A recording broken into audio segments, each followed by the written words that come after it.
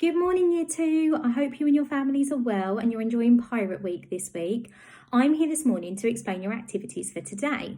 So for maths today, you are going to be looking at pirate coordinates. Now, you might be thinking coordinates is a strange word. We haven't done that before, and that's because we haven't, but it's a really fun activity to do. So what you're going to be doing is looking for different features on a map by using coordinates. Now, the coordinates run along the bottom of the map and along the side, okay? And it helps you to pinpoint different features within the map. So the first thing you do is you look along the bottom, okay? And you look along, it might have letters, it might have numbers. You look along and you find the letter that's been given. And then you look along the side to the correct number.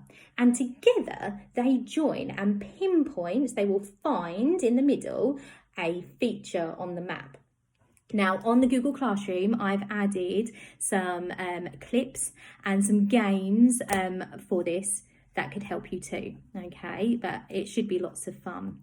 Now for comprehension today, you are going to be reading about Stowaway Stephen. Now that should be a really interesting read.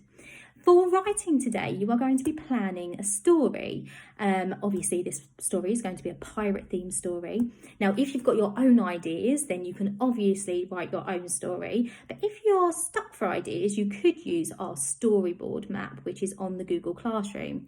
Now, the way you do this is you roll a dice, and it gives you different features that you can use within your story. So I had a practice this morning, and first of all, I rolled a number 2, which means my story is going to be a funny story. Then I rolled a number 6, which means my story is going to have a huge wave in it. Then I rolled a number 2, which means the character in my story is going to be a parrot. And then I rolled a number 1, which means my story, the object in my story is going to be a map. Okay, so my story will be funny. It's going to have a huge wave in it. It's going to have a parrot.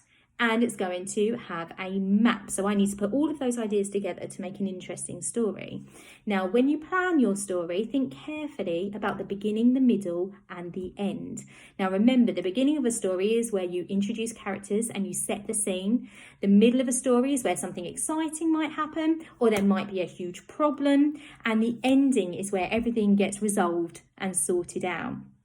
I'm really looking forward to hearing your stories. And I really hope you enjoy your activities for today. I'm looking forward to hearing from you all. Have a fantastic day. Bye.